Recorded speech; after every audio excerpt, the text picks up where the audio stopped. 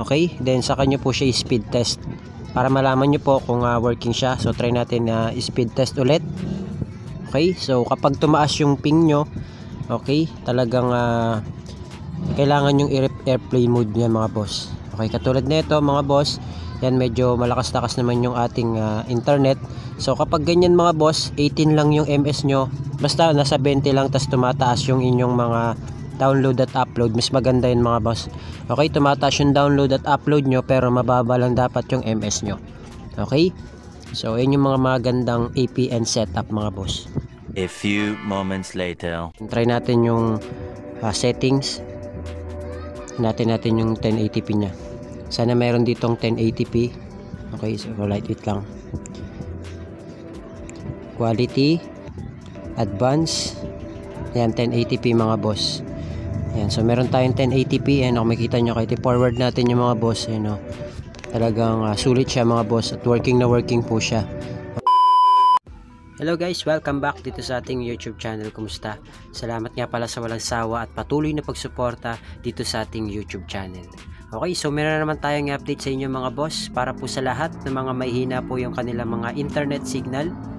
So panoorin nyo po itong video tutorial natin para alam nyo po kung ano po yung setup natin. Okay, so para po ito sa mga liblib na lugar o talagang mahina yung kanilang mga internet signal, lalo na po sa mga probinsya.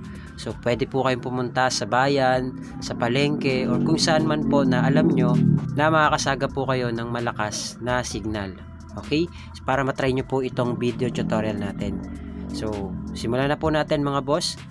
Okay, ako po pala ay naka-unli data. Yan, papakita ko lang po sa inyo yung unli data natin. Yan, so hindi po lahat ng token text ay meron pong unli data. Ayan, makikita nyo mga boss, meron tayo unli data number 1. Ayan, pakita ko po sa inyo. Ayan, so ito po yung unli data natin ngayon. Ito po yung nakaregister ako, yung 499, good for 30 days. Ayan, katataas lang po ng unli data ulit. Nakaraan kasi 450 lang yan at 175 yung 7 days. Ngayon yung 7 days natin ay 199 or 200 pesos, at yung 30 days nya ay umabot na ng 500 pesos. Okay, so I hope na last na to mga boss, pero hindi siya basta-basta okay ma-maintain. Okay, alam ko mag-a-update pa ulit yan, pero katulad nga nung nakaraan na video ko mga boss, yung dalawang unli data ko ay nawala po. At kung mapapansin nyo po sa last video ko, okay, yung unli data ko nawala po. Okay, dalawang SIM card ko po na may unli data, nawala po yun mula nung nag-update itong si Lolo Smart.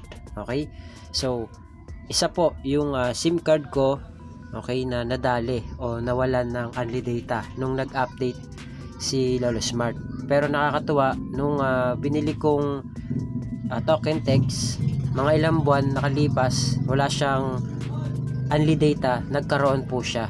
Okay, so ibig sabihin nakadepende po yung unli data kay Lolo Smart. Okay, so random lang po or selected yung pwedeng mabigyan ni Lolo Smart. Kaya kung isa yung SIM card mo sa mabibigyan ng unli data, congratulations.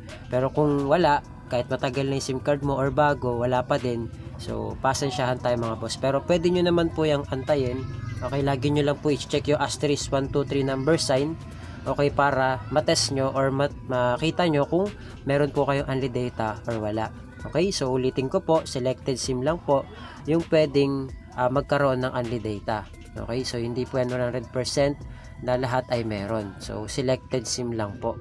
Okay, so sana naliliwanagan po kayo. Ngayon, kung ikaw ay bago lang, okay, at kung ikaw ay may talk and text, try mo kagad. Okay, i-dial mo lang asterisk 123 number sign para makita mo kung meron kang unli data or wala.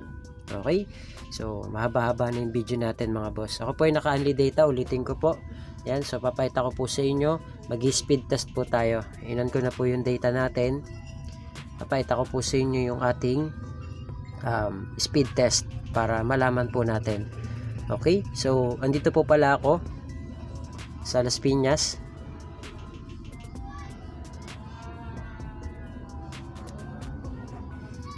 Papakita ko lang sa inyo mga boss, speed test natin. Okay, Makikita nyo, pumapalo na kagad siya ng 31 to 30 o 30 to 31. Yan. At yung ping natin mga boss, makikita nyo naman yung MS natin ay nasa 16 lang. Okay, so good na po yan mga boss. Goods na yan talaga. Okay, ang standard natin, okay, yung download nyo, yung Mbps nyo dapat nasa 10 pataas yan. Okay, yung upload nyo nasa 10 din pataas. So pag mga ganyan mga boss, tumaas pa dyan, congratulations. Okay, maganda yung net nyo pag ganyan. Basta mababa lang din po yung inyong MS.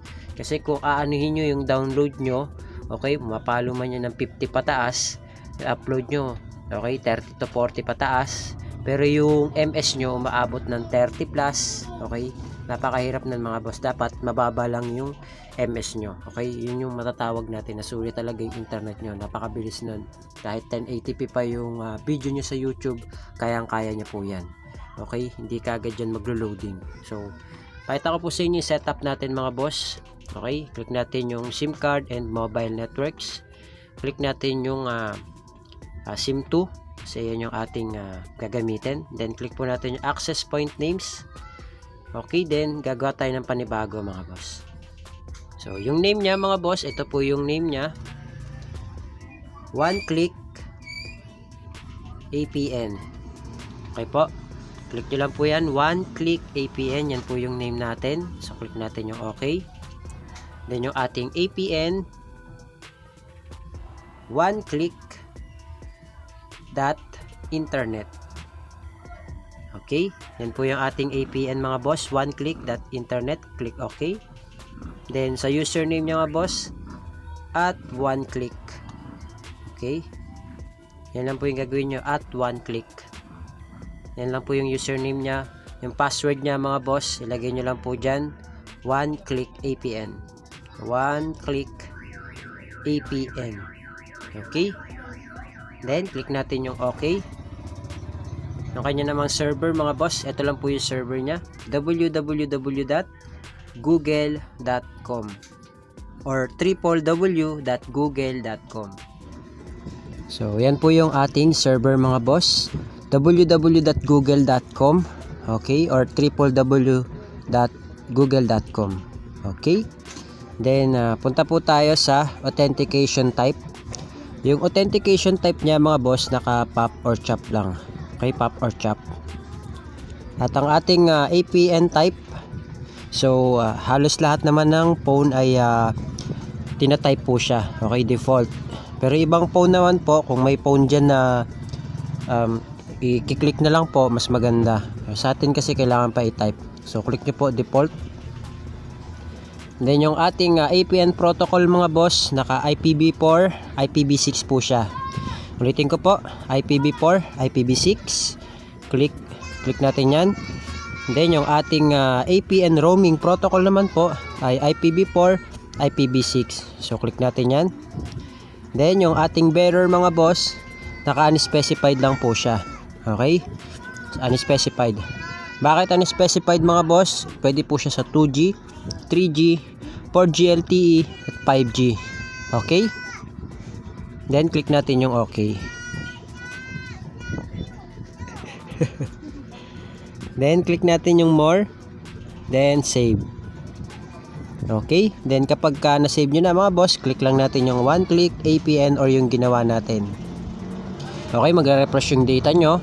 Then, ang gagawin nyo dyan mga boss, kapag hindi gumana, pwede po kayo mag-airplane mode ng 3 to 5 seconds. Okay po? 3 to 5 seconds po kapag mag-airplane mode kayo. Okay? Then, saka nyo po siya speed test para malaman nyo po kung working siya. So, try natin na speed test ulit.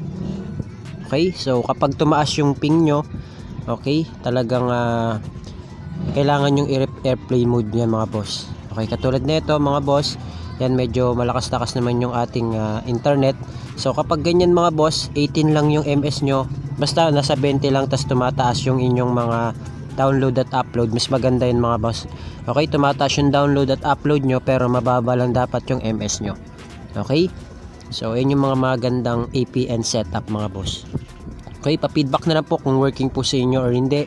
Pwede po kayo mag-try sa YouTube ng mga 1080p na video. mga 12 hours video na 1080p para malaman nyo po. Okay, so try natin yung 12 hours video na hanap tayo ng merong 1080p. Okay, so try natin to. Hanap tayo ng kung may 1080p siya. So wait lang natin to mga boss.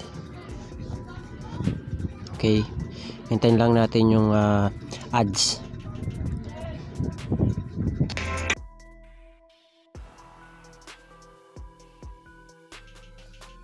Skip lang natin.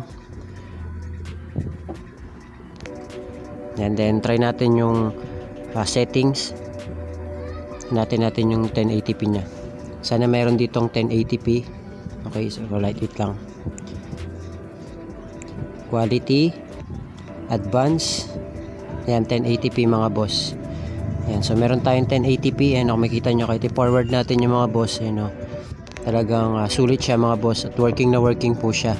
Okay, depende po yan sa location nyo, kaya hanap po kayo ng malakas na signal para matry nyo rin po ito. Okay, so feedback na lang po kayo kung working po sa inyo or hindi itong video tutorial natin. Okay, so yun lang mga boss, maraming salamat. Thank you, God bless, see you on my next video.